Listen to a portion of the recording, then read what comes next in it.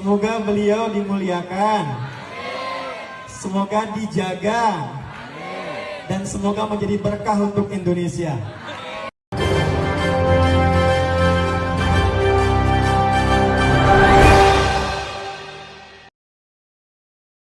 Assalamualaikum warahmatullahi wabarakatuh. Jadi diviralkan di sosial media Twitter, lagi-lagi Caimin berguyon, di mana dia mengatakan bahwa dirinya Ketua Umum Abdul Sedunia. Dan ternyata Ustadz Abdul Somad mengakui, di mana dulu bincang-bincangnya bersama Anies, Ustadz Abdul Somad mengatakan bahwa dia bernama awalan dengan Abdul, dan juga ada Abdul Wahid, sehingga yang menjadi ketuanya adalah Abdul Muhaimin alias Caimin.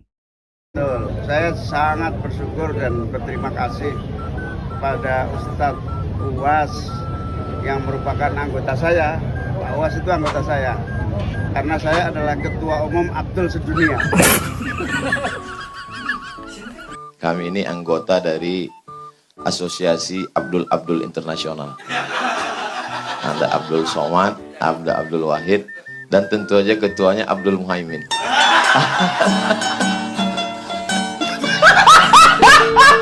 Jadi memang sejatinya inilah politik riang gembira yang sesungguhnya, mengalir bagaikan air tanpa kamuflase dan rekayasa. Jadi kalau kita lihat sekarang penuh politik dengan gimmick, yaitu gemoy lah ya. Ini yang selalu digaung-gaungkan, padahal tanpa ada gagasan yang nyata buat rakyat Indonesia. Jadi memang seharusnya seperti model Caimin ini, beliau dengan riang gembira berguyon ya, tanpa ada rasa yang disembunyikan. Inilah politik yang sesungguhnya. Jadi kalau kita lihat candaan Caimin ini ya cukup berkelas lah. Tidak perlu candaan-candaan yang membawa agama di dalamnya seperti yang dilakukan oleh Zulkifli Hasan, yang sampai sekarang pun tidak diproses laporan penistaan agama. Candaan-candaan yang dilakukan oleh Zulkifli Hasan demi menjilat capresnya yaitu Prabowo, sampai berani melakukan penistaan terhadap sholat, dan ini sangat disayangkan. Sampai sekarang pun belum ada proses hukum oleh kepolisian. Mungkin Zulkifli Hasan adalah bagian dari pemerintah dan menjadi ketua umum PAN dan juga pendukung capres nomor urut 2.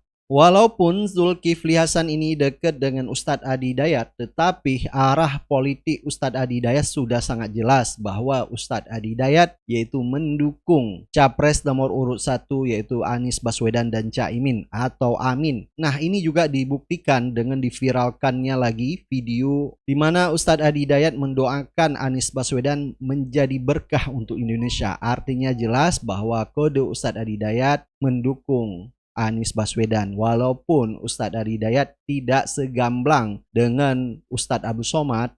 Artinya Ustadz Adi Hidayat pasti mengikuti ijma ulama, di mana ijma ulama yaitu mendukung capres 01 yaitu Anies Baswedan dan Muhaimin Iskandar.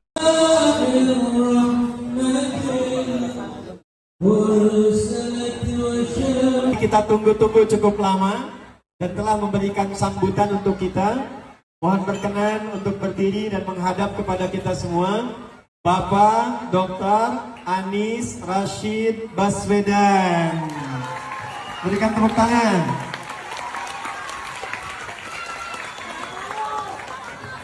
Pak Anies, saya ikut pada pilihan anak-anak saja ya. Semoga beliau disehatkan. Semoga beliau dimuliakan. Semoga dijaga. Dan semoga menjadi berkah untuk Indonesia.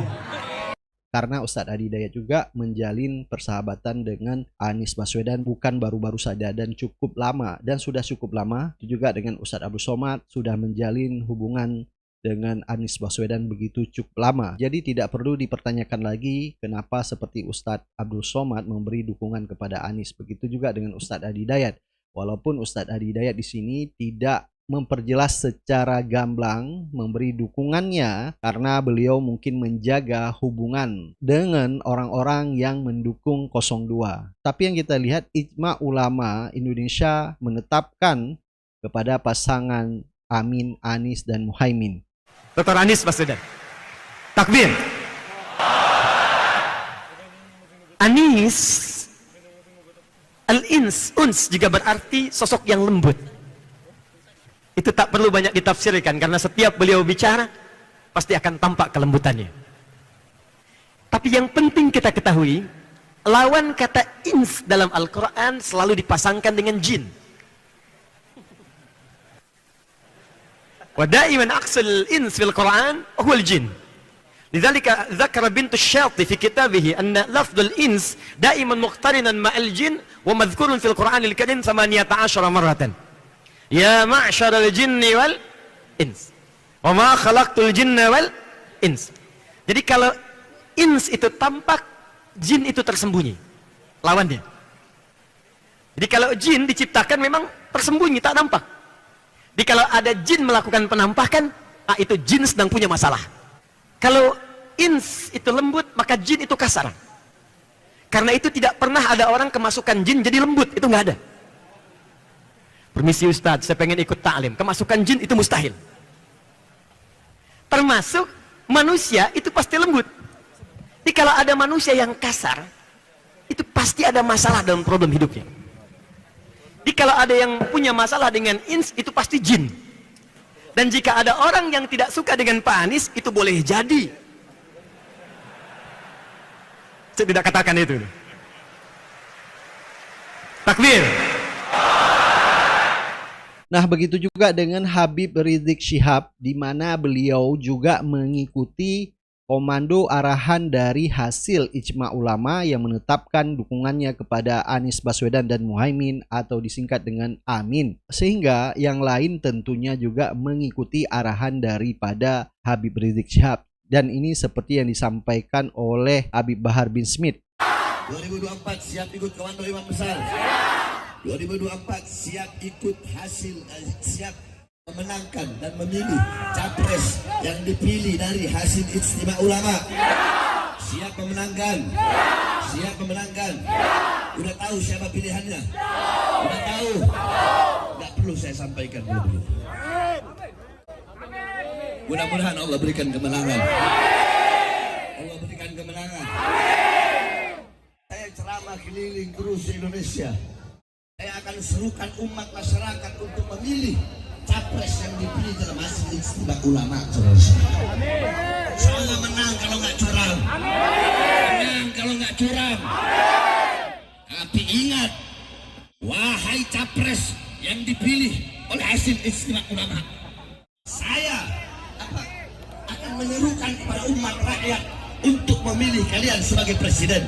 Tapi kalau nanti setelah kalian jadi presiden, amin mudah-mudahan, terus kalian bohongi rakyat, kalian hianati rakyat, kalian tipu rakyat, saya Bahar bin Smith orang pertama yang akan melawan kalian.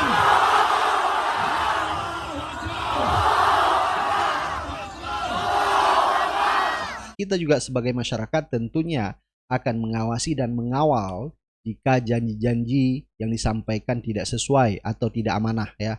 Dan kita berharap capres yang didukung oleh Ijma Ulama maupun yang didukung oleh ulama-ulama kita bisa terpilih di Pilpres 2024. Nah, jangan sampai ada stigma capres yang didukung oleh Ijma Ulama dianggap adalah politik identitas. Ini sudah salah besar ya. Jadi ulama pun perlu bersikap memberi dukungannya. Kalau tidak kita memberi dukungan, maka orang-orang yang tidak baiklah yang akan memimpin negeri ini.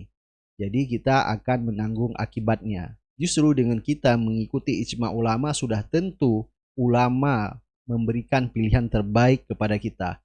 Baik, silakan Anda beri pendapat dan komentar Anda. Kita akan ketemu di video-video selanjutnya. Assalamualaikum warahmatullahi wabarakatuh.